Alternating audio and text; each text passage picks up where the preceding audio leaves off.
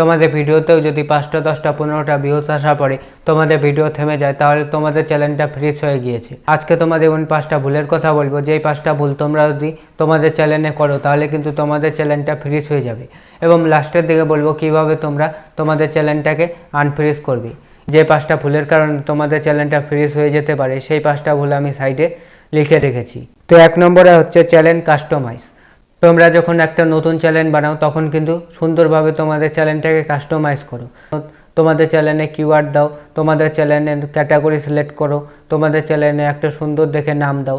তোমরা যদি বারবার তোমাদের চ্যানেলের ক্যাটাগরি চেঞ্জ করো বা তোমরা যদি বারবার তোমাদের চ্যানেলের নাম চেঞ্জ করো, তাহলে কিন্তু ইউটিউব তোমাদের চ্যানেলটাকে ফ্রিজ করে দেবে।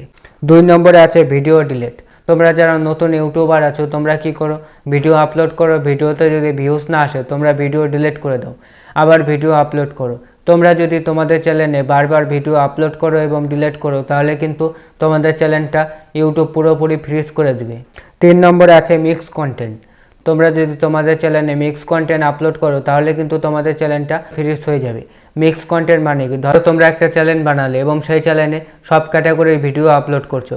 কখনো কুকিং ভিডিও আপলোড করছো, কখনো টেক ভিডিও আপলোড করছো, কখনো ব্লগিং ভিডিও আপলোড করছো, কখনো বা গেমিং ভিডিও আপলোড করছো। মানে একই চ্যানেলে সমস্ত ধরনের ক্যাটাগরির ভিডিও আপলোড করছো। তোমরা যদি এই ধরনের কন্টেন্ট আপলোড করো, তাহলে কিন্তু তোমাদের চ্যানেলটা ইউটিউব ফ্রিজ করে দেবে।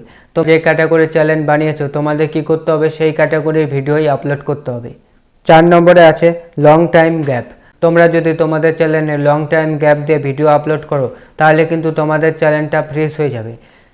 ধরো আজকে একটা ভিডিও আপলোড করলে, 4 মাস পর আর একটা ভিডিও আপলোড করলে, আবার 6 মাস পর আর একটা ভিডিও আপলোড করলে, এরকম করে তোমরা যদি তোমাদের চ্যানেলে ভিডিও আপলোড করো, তাহলে তোমাদের চ্যানেলটা কোনোদিনও গ্রো হবে না, উল্টো তোমাদের চ্যানেলটা কিন্তু ফ্রিজ হয়ে যাবে।